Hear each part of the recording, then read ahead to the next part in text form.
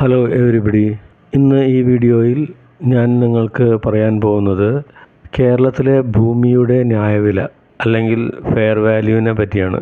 ന്യായവില അല്ലെങ്കിൽ fair value.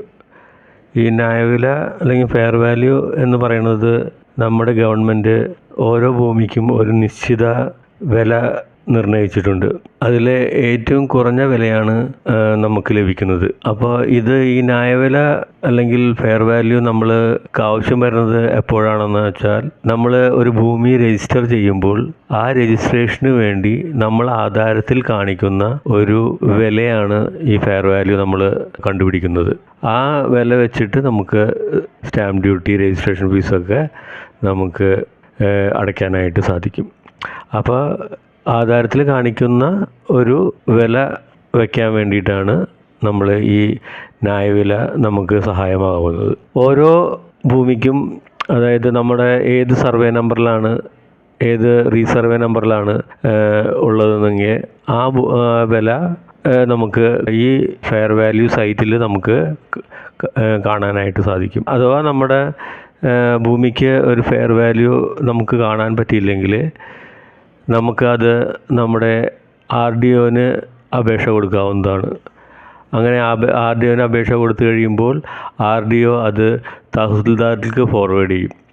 Tahsildar അത് നമ്മുടെ വില്ലേജ് ഓഫീസർക്ക്, നമ്മുടെ ഭൂമിയുടെ പരിധിയിലുള്ള വില്ലേജ് ഓഫീസർക്ക് അത് ഫോർവേഡ് ചെയ്തിട്ട് വില്ലേജ് ഓഫീസർ നമ്മുടെ സൈറ്റ് ഇൻസ്പെക്റ്റ് ചെയ്തിട്ട് അതിൻ്റെ അടുത്തുള്ള ഭൂമിയുടെ വില നോക്കിയിട്ട് അത് കണക്കിലെടുത്ത് ഒരു വില നമുക്ക് ആ സ്ഥലത്തിന് ഇടും.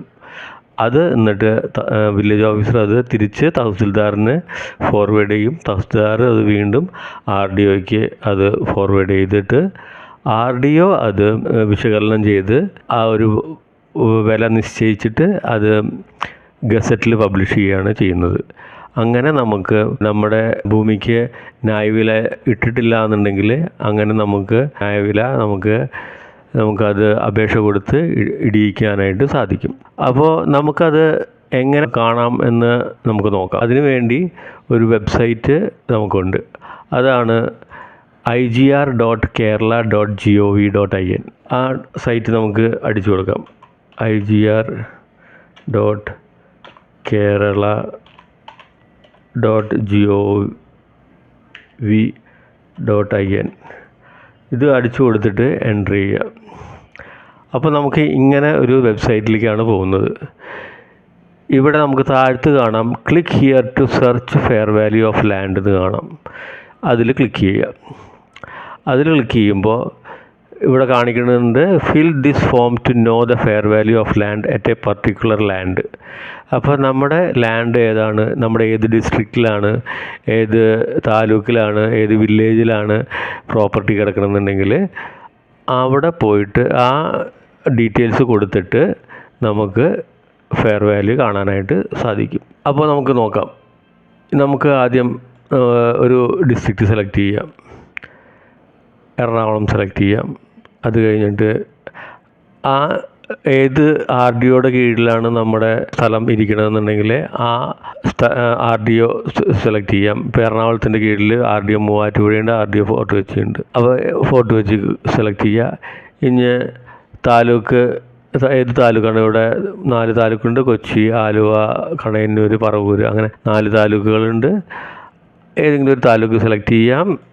അത് കഴിഞ്ഞിട്ട് ആ താലൂക്കിന് കീഴിലുള്ള വില്ലേജുകളുടെ ലിസ്റ്റ് ഇവിടെ കാണിക്കും. ലിസ്റ്റിൽ നിന്ന് നമുക്ക് നമ്മുടെ വില്ലേജ് ഏതാണെന്നുള്ളത് കാണിക്കാം. എന്നിട്ട് പിന്നെ ഇവിടെ ഈ 4 ഇമ്പോർട്ടൻ്റ് ആയിട്ടുണ്ട്. അവിടെ സ്റ്റാർ ഇട്ടിട്ടുണ്ട്. ആ 4 ഇമ്പോർട്ടൻ്റ് ആയിട്ട് കൊടുക്കേണ്ട കാര്യങ്ങളാണ്. പിന്നെ ലാൻഡ് ടൈപ്പ് ഇവിടെ ക്ലിക്ക് ചെയ്ത് കഴിഞ്ഞാൽ നമുക്ക് കാണാം coastal belt, commercial important plot ആണെങ്കിൽ നമ്മുടെ പ്ലോട്ട് ഒരു കമേഴ്ഷ്യൽ ഇമ്പോർട്ടൻ്റ് പ്ലോട്ട് ആണെങ്കിൽ അത് അങ്ങനെ കാണാം നമുക്ക്. അങ്ങനെ ഇത് garden land, residential plot with corporation road access, private road access, NH road access, without vehicular വാഹന സൗകര്യമില്ലാത്ത വഴി സ്ഥലം, അങ്ങനെയൊക്കെ പല സ്ഥലത്തുള്ള പല കാറ്റഗറിയിൽ പെട്ടിരിക്കുന്നത് ഇത് നമുക്കിവിടെ കാണാം. ഇതൊന്നും കൊടുത്തില്ലെങ്കിലും കുഴപ്പമില്ല. കൊടുത്തില്ലെങ്കിൽ എന്താണെന്ന് വെച്ചാൽ നമുക്ക് എല്ലാം നമുക്ക് കാണിച്ചു തരും. കോർപ്പറേഷൻ റോഡ് ഫ്രണ്ടേജ് ആയിട്ടുള്ള സ്ഥലത്തിന് വില എത്രയാണ് വയ്ക്കേണ്ടത്, അല്ലെങ്കിൽ കമേഴ്ഷ്യൽ റോഡ്, കമേഴ്ഷ്യൽ ഇമ്പോർട്ടൻ്റ് ആയിട്ടുള്ള പ്ലോട്ടിനുള്ള വില, അത് എല്ലാം നമുക്ക് കാണിച്ചു തരും. അപ്പോൾ നമുക്ക് ഇവിടെ പിന്നെ അടുത്ത് കൊടുക്കേണ്ടത് ബ്ലോക്കാണ്. ബ്ലോക്ക് നമുക്കിപ്പോൾ നമ്മുടെ പ്രോപ്പർട്ടി റീസർവേ വന്നിട്ടുണ്ടെന്നുണ്ടെങ്കിൽ അതിന് ബ്ലോക്ക് ഉണ്ടാവും. അപ്പം ബ്ലോക്ക് ഉണ്ടെങ്കിൽ ബ്ലോക്ക് കൊടുക്കുക, അല്ലെങ്കിൽ ബ്ലോക്ക് ഇല്ല റീസർവേ അല്ല എന്നുണ്ടെങ്കിൽ സർവേ ആണെന്നുണ്ടെങ്കിൽ സർവേ കൊടുക്കുക. അതിനൊരു സബ് ഡിവിഷൻ ഉണ്ടാവും. ഇപ്പോൾ ഞാനൊരു സർവേ കൊടുക്കുകയാണ്, അതിനൊരു സബ് ഡിവിഷൻ ഉണ്ടാവും. ആ സബ് ഡിവിഷൻ ഉണ്ടെങ്കിൽ അത് കൊടുക്കുക. അപ്പോൾ സർവേ ആണെങ്കിൽ സർവേ നമ്പറും അതിൻ്റെ സബ് ഡിവിഷനും കൊടുക്കുക. റീസർവേ ആണെങ്കിൽ ഇവിടെ ബ്ലോക്കിൻ്റെ അവിടെ ബ്ലോക്ക് നമ്പർ കൊടുക്കുക. റീസർവേയുടെ സബ് ഡിവിഷനും കൊടുക്കുക. ഇവിടെ താഴെ റീസർവേ ഉണ്ട്, റീസർവേയുടെ സബ് ഡിവിഷനുണ്ട്, അങ്ങനെ കൊടുക്കുക. ഇത് നമുക്ക് എവിടെ കാണുമെന്ന് വെച്ചാൽ ഒന്നുകിൽ നമ്മുടെ ആധാരത്തിൻ്റെ അകത്ത് പട്ടിക എന്ന് പറഞ്ഞൊരു സെക്ഷൻ ഉണ്ടാവും, അല്ലെങ്കിൽ ഷെഡ്യൂൾ എന്ന് പറഞ്ഞൊരു സെക്ഷൻ ഉണ്ടാവും. ആ സെക്ഷൻ്റെ അകത്ത് നമുക്ക് ഈ പ്രോപ്പർട്ടിയുടെ സർവേ നമ്പർ കാണാം. അതല്ലാന്നുണ്ടെങ്കിൽ നമ്മുടെ കരടച്ച റെസീറ്റ്, ഭൂമിയുടെ കരടച്ച റെസീറ്റിൽ ലാൻഡ് ടാക്സിൽ നമുക്ക് ഈ സർവേ നമ്പറും റീസർവേ നമ്പർ ആണെങ്കിൽ റീസർവേ നമ്പർ, ബ്ലോക്ക്, അതൊക്കെ അതിൻ്റെ അകത്ത് രേഖപ്പെടുത്തിയിട്ടുണ്ടാവും. അത് വെച്ചിട്ട് നമുക്ക് കൊടുത്തിട്ട് താഴെ വ്യൂ ഫെയർ വാല്യൂ ക്ലിക്ക് ചെയ്യുകയാണെങ്കിൽ നമുക്ക് അടുത്ത പേജിൽ fair value of land searched നമ്മൾ കൊടുത്തിരിക്കുന്ന സർവേ നമ്പർ വെച്ചിട്ട് നമുക്കിവിടെ ലിസ്റ്റ് ഔട്ട് ചെയ്ത് കാണിക്കും. കണ്ട, ഇപ്പം ഞാൻ 673 എന്നാണ് കൊടുത്തത്. 673/1 വിത്തൗട്ട് വെഹിക്കുലർ ആക്സസ് ഉള്ള വഴി, വാഹന സൗകര്യമില്ലാത്ത വഴിക്ക് ഉള്ള പ്ലോട്ടിന് കൊടുക്കുന്ന ഇവിടെ 13,17,800. അത് ഒരു 6-നാണ് കൊടുത്തിരിക്കുന്നത്. ഒരു 6 എന്ന് പറയുന്നത് 2.47 സെൻസ് ആണ്. ഏകദേശം 2.5 സെൻറ്റിൻ്റെ വിലയാണ് ഇവിടെ കാണിക്കുന്നത്. മനസ്സിലായ? അപ്പോൾ ലാൻഡ് വാല്യൂ എപ്പോഴും ആർസിലാണ് ഇവിടെ കൊടുക്കുക. അത് നമ്മൾ കൺവേർട്ട് ചെയ്തിട്ട് സെൻറ്റിൽ കൊടുക്കുക. അപ്പോൾ നമ്മൾ ആധാരം എഴുതുമ്പോൾ മിക്കതും ആർസിലാണ് ഇപ്പോൾ നമ്മൾ എഴുതുന്നത്. അപ്പോൾ അങ്ങനെ നമുക്ക് കാൽക്കുലേറ്റ് ചെയ്യാനായിട്ട് സാധിക്കും. അപ്പോൾ നമ്മുടെ പ്ലോട്ട് ഏത് ഇതിലാണ്, ഇപ്പോൾ പ്രൈവറ്റ് റോഡ് ആക്സസ് ആണ് നമ്മുടെ പ്ലോട്ടെങ്കിൽ പ്രൈവറ്റ് റോഡ് ആക്സസിൻ്റെ വില നമുക്കിടാം. ഇങ്ങനെ കാൽക്കുലേറ്റ് ചെയ്തിട്ട് നമുക്ക് നമ്മുടെ ആധാരത്തിൽ വില വയ്ക്കാനായിട്ട് സാധിക്കും. അപ്പോൾ കുറഞ്ഞത് ഈ വില നമ്മൾ കാണിച്ചിരിക്കണം ആധാരത്തിൽ. ഇതിലും കുറവ് നമ്മൾക്ക് വെക്കാൻ സാധിക്കുന്നതല്ല. മനസ്സിലായേ? അപ്പോൾ ഇങ്ങനെയാണ് നമുക്ക് ഫെയർ വാല്യൂ കാണാനായിട്ട് പറ്റുന്നത്.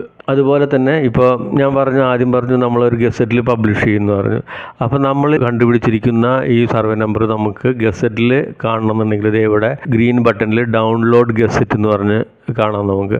ആ ഡൗൺലോഡ് ഗസറ്റ് ക്ലിക്ക് ചെയ്യുകയാണെങ്കിൽ ഗസറ്റിലുള്ള ആ പേജ് നമുക്ക് കാണാനായിട്ട് സാധിക്കും. കേട്ടോ, കേരള ഗസറ്റ് എന്ന് പറഞ്ഞിട്ട് അതിൽ നമ്മൾ നേരത്തെ കണ്ട അത് ഗസറ്റിലുള്ള ആ പേജ് പോലെ നമുക്ക് കാണാനായിട്ട് സാധിക്കും.